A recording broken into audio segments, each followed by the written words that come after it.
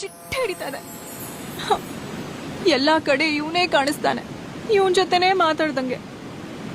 ಕೋತಿಗೆ ಎಣ್ಣೆ ಕುಡ್ಸಂಗ್ ಆಗಿದೆ ನನ್ ಕಥೆ. ಅಯ್ಯೋ, ಎಷ್ಟ ಆರಾಮಾಗಿದ್ನಲ್ಲ. ಇವನ್ ಸಹವಾಸ ಯಾಕಾದ್ರೂ ಮಾಡಿದ್ನೋ.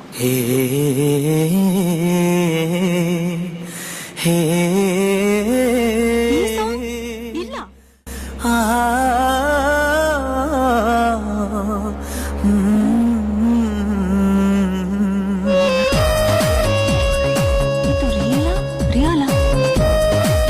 ರಿಯಾಕ್ಟ್ ಮಾಡ್ಬೇಡ, ಇಲ್ಲಾಂದ್ರೆ ಜನ ನಿಂಗ್ ಮೆಂಟಲ್ ಅನ್ಕೊಂಡ್ಬಿಡ್ತಾರೆ.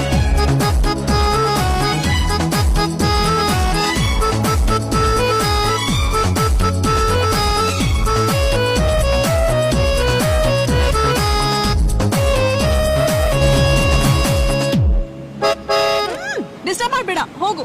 ಹೌದಾ?